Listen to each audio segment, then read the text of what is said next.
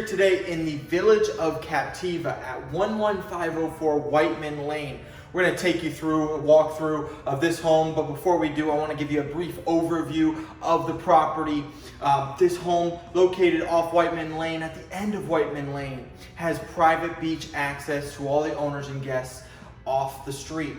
As well, you are so close to all the restaurants, Mucky Duck, Green Flash, Bubble Room, Doc Ford's, all within a close proximity to this property.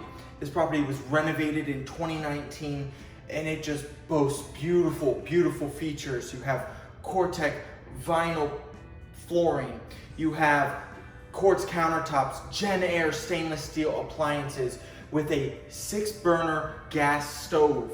This home also offers on-demand hot water, 2 master suites upstairs with beautiful, beautiful walk-in showers, floor-to-ceiling tile floor in those bathrooms as well. The home also has a covered carport, an open-ended covered sun deck as well. It's a 4-bed, 3.5 bath, just a perfect island home.